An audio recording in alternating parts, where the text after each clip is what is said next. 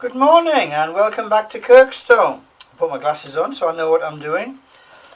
Well, this morning in Kirkstone we have another small haul, an unboxing from Donald, a friend of mine who sells on eBay UK as Donald5798. Now, I have had a few complaints from people who say that I'm focusing too much on the plants and you can't see me. Mostly from female viewers, I have to add, but not exclusively female viewers. Anybody's welcome to have a look as long as you subscribe. So here I am. I've brushed my teeth. I've had my monthly wash, and I'm not absolutely disgracefully covered in dust. So there you are, viewer. It's me. Happy? Good. Right, on to business. So Donald5798, who trades on eBay UK, has just been selling some members of what used to be called Liliaceae, so relatives of the lily family, mostly xerophytic, and have now of course all been subsumed into the Liliales tribe or clade, or whatever the current fashion is, within the Asparagales group. So basically the Asparagales are all those monocotyledons like agaves, Haworthias, lilies, you name it. If they start off with one leaf, they're Asparagales essentially. There are very few plants that aren't in there that interest us cactus and succulent lovers. Now, this will be quick because a lot of these plants are actually potted. Now, that doesn't happen very often these days, so that will save me some time, Donald, unless any of these have outgrown the pots. So this looks to be a small plant because it's in a small pot. Thank you, Sherlock.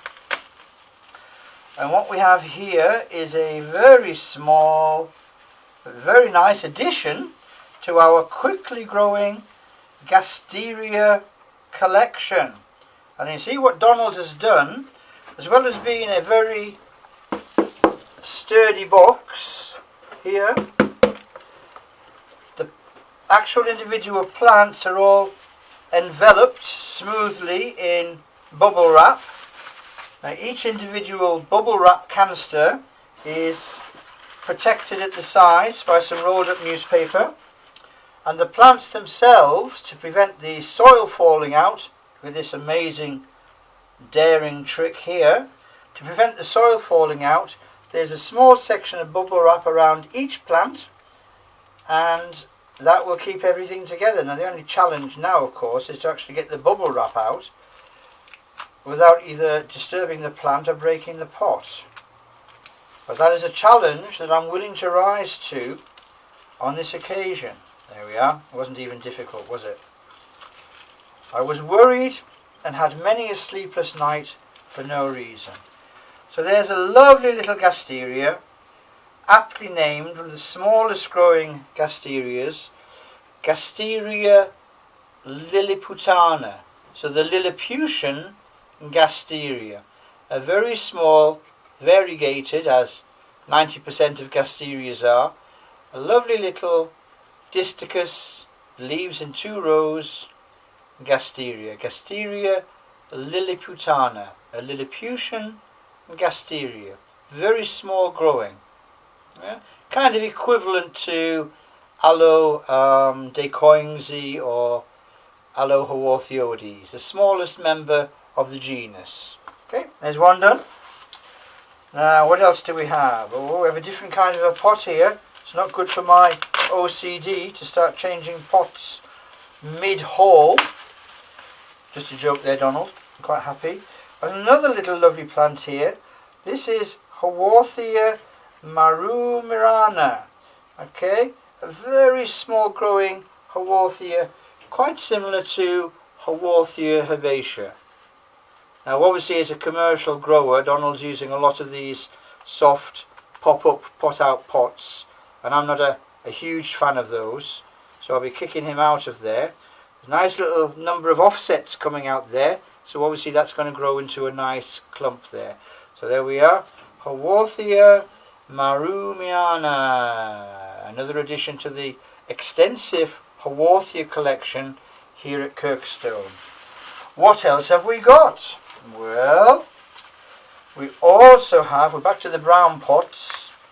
Brown pots is good because everything else in the greenhouse is in a brown pot. I can't actually see a plant in here. Maybe it's a mystery. No, there's a plant. And this is a very small, but all the soil's come out of this one. See if we can quickly rescue the situation for the viewer. Okay, so there we have a very small Haworthia glabrata. Now I'm going to have to clean that one up, unfortunately, because the soil has become displaced. Not a problem. I'll put some pictures up a little bit later so you can get a better view of Haworthia glabrata.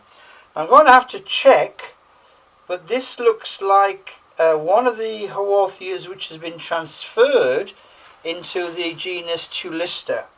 And those of you who've been following the taxonomic roundabout, which is the reclassification of the genus Haworthia and the genus Aloe, will know that some of the harder-leaved Haworthias, especially the incredibly well-known Attenuata and Fasciata, have been transferred to a new genus of 6 or 7 species called Tulista.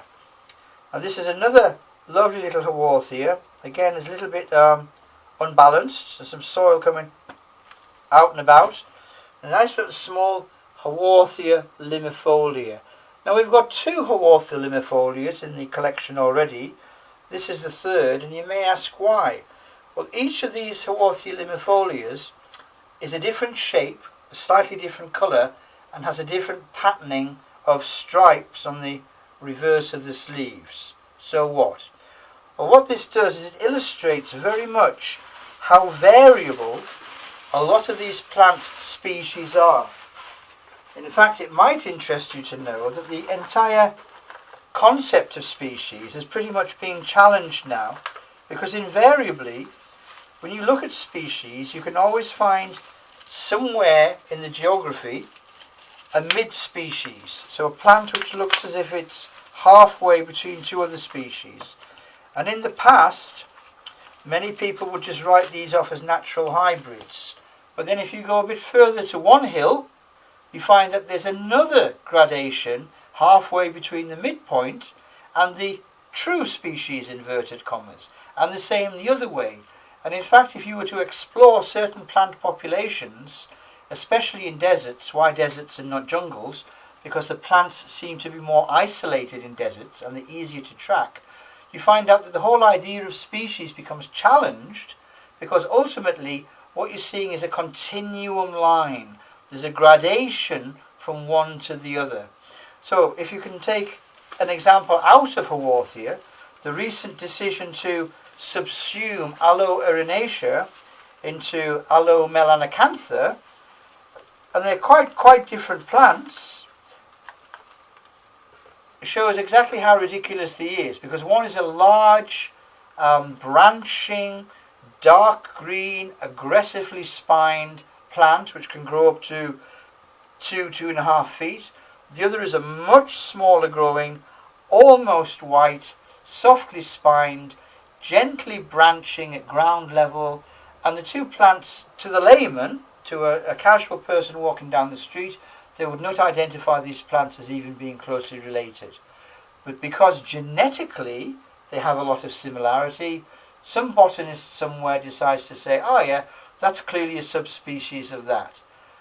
But I'm sure in time you will find gradations between what is now Aloe melanacantha subspecies Erinacea and the true Erinacea. So again, there's that challenge to the concept of what a species is. So in my opinion, a species is just an extreme set of genetic characteristics. So you can say, oh yeah, that is whatever it is, Aloe Erinacea, Aloe melanacantha, Aloe decoinsea, Aloe whatever. But when you start hybridizing aloes or Haworthias, you realize that some of the resultant hybrids can look very much like what used to be considered species, which is the reason why the Haworthia genus, to turn the conversation back full circle, has been split into plants which are more genetically similar and not just morphologically similar, not just based on the characteristics of what they look like. Which long botanical theoretical speech has split me off from identifying the final plant that I wanted to show you, which is a hybrid called Aloe Black Gem, which is a hybrid between an aloe and a Haworthia. Again, I'll have to tidy this plant up a little because some of the soil's become dislodged. So, a nice little delivery of bits and pieces, Haworthias, aloes and Gasterias from Donald. Again, I'll put the name very clearly on the title of the video, and then you can see exactly, if you check onto eBay Donald, what's available. So, just a quick video this morning because I'm very, very busy, sorry. Thank you very much from Donald. Goodbye from Kirkstone. Goodbye from the new Haworthias, Aloe and Gasteria. We'll take some photographs when they're repotted and tidied up, and those will be on Facebook, on the Kirkstone Botanica page, and also on Instagram, on Kirkstone Botanica 2007. Please check both of those out. There's lots of lovely specimen plants on there, some of the larger plants that have been in the collection for a long time, that haven't been included in unboxings or haul reviews. And subscribe. Plenty more videos to come very, very soon. But as I say, sorry, a bit busy today, have to sign off. So I'll just give a quick overview of some of these plants. So a quick look there at Haworthia marumiana. Beautiful little plant there. And goodbye from Haworthia marumiana, and goodbye from Gasteria lilliputana. Okay, goodbye for now. Bye from Kirkstone. See you soon.